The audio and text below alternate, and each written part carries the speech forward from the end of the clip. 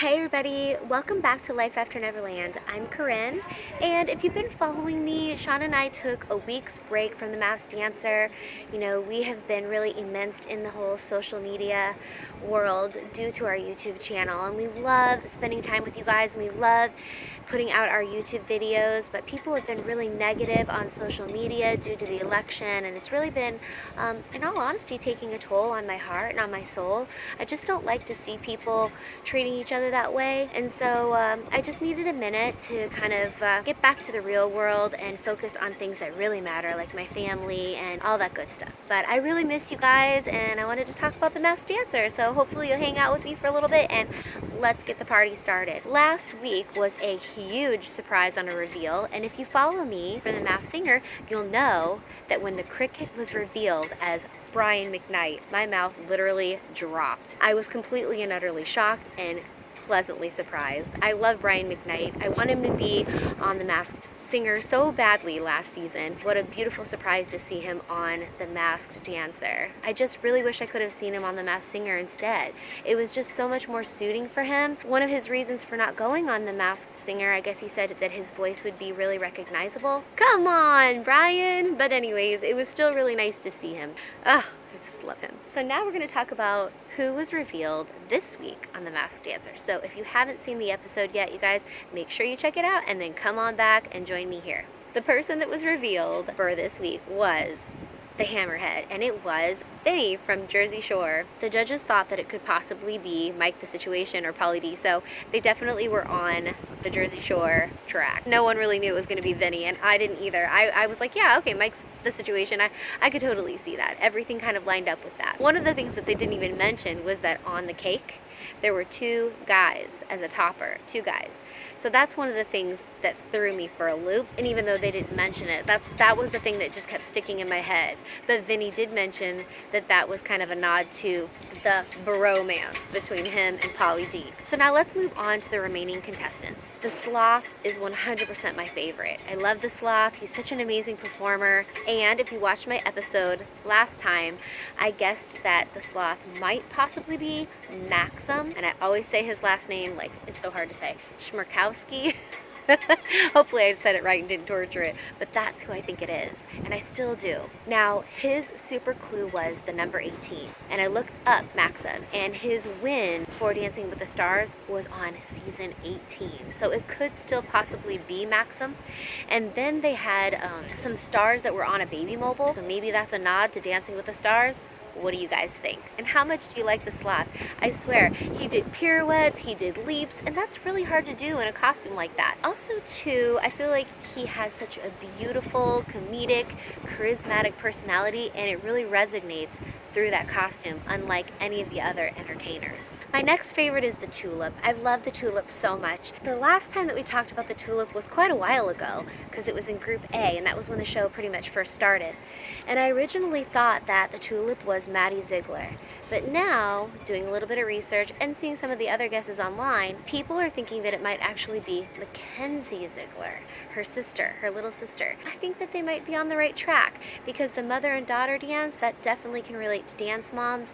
And she talked this time about being in competition with a friend. Maybe that friend is actually Maddie. And there were some clues that said that she felt like she wasn't good enough. When I used to watch Dance Moms, I do feel like she always got the short end of the stick in relation to Maddie. Maddie was the star. I think it could possibly be Mackenzie, and the Tulip is amazing. One of my favorites. Definitely my second favorite next to the Sloth. I love the fact that she did a real jazzy, lyrical style of dance and has some beautiful ballet technique in there. That would lead me to believe this has to be a 100% dancer, and I would love for them to have someone from Dance Moms. All of those young girls are so beautiful and amazing. So my third favorite is the Cotton Candy. I told you guys last time that, of course, the Cotton Candy is precious and adorable. Another person that I thought was on The Masked Singer was Gabby Douglas. I'm kind of thinking that the Cotton Candy is Gabby Douglas. I think Paula Abdul asked her if she's used to dancing in heels, and she said no. Now, that would take away my guess that we said last week, that people were thinking that it might be Julianne Hough. So then it was either Julianne Hough or Gabby Douglas. So we're going to take Julianne Hough out of the equation this week and put Gabby Douglas back in place. Practice is another theme. We were talking about how she said that she practiced so much when she was younger that she kind of missed out on a lot of her childhood memories. That has a lot to do with an Olympic star. I mean, they spend most of their time practicing, almost all of their time practicing. They eat, sleep, and breathe their craft, their skill. The 5 golden balloons, I do feel like that has something to do with gold medal winnings. 5 was in the title of these gold medal winnings, something along those lines. If you guys can remember what the titles were, that would help me out a lot. But the gold rings, so there was a picture frame that said practice, practice, practice, the going theme, and there were gold rings. So that could be an Olympic ring possibly. And also there were 2 sets, so she competed in 2 Olympic games. I'm gonna say it's Gabby. She's an amazing performer as well. Her partner work was phenomenal. She did so many cool tricks. How does she do all of that? The cotton candy is phenomenal. Literally, how do you even compare the Sloth, the Tulip, and the cotton candy? They're definitely gonna make it to the top 3, and then any of the 3 of them that wins, I wouldn't be mad at. And I believe that leaves us with the exotic bird and the zebra. The exotic bird did a lot better this week. I feel like she's constantly improving. I really don't know who the exotic bird is. I think that I could get on board with the Jordan Sparks guess. She said something in one of her clues about barely being able to breathe. There is a song that Jordan Sparks sings called No Air, one of my favorites. And then one of the super clues this week was a tattoo, a flower tattoo. And one of her biggest hits is entitled Tattoo. If you guys have any other guesses for the exotic bird, please let me know in the comments down below. I'm sticking with Jordan Sparks for now until I can guess anything else. And lastly, we have the zebra. The zebra literally is not my favorite. I feel like he just kind of like moves his feet around like really quick and tries to make it look like ballroom dancing, but it just looks like spastic movement to me.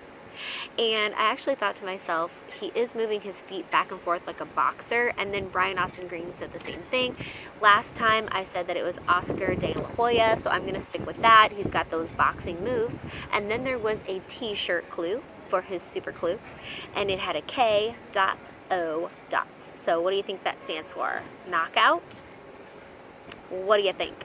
So those are all of our performers. I think they are amping up their entertainment, and I think they're even amping up some of their entertainers. I can't wait to see who these people are, especially the ones that I love the most. So let me know in the comments down below who are your top 3 favorites and who do you want to win. For me, right now, I want the Sloth to win, okay? But I wouldn't be mad if the Tulip or the cotton candy won too. All right, you guys, I gotta head out. We've got lots of noise happening. Thank you so much for watching. Please make sure you guys hit the subscribe button or the like button, and we'll see you guys next week. Ta-ta for now. Bye, guys.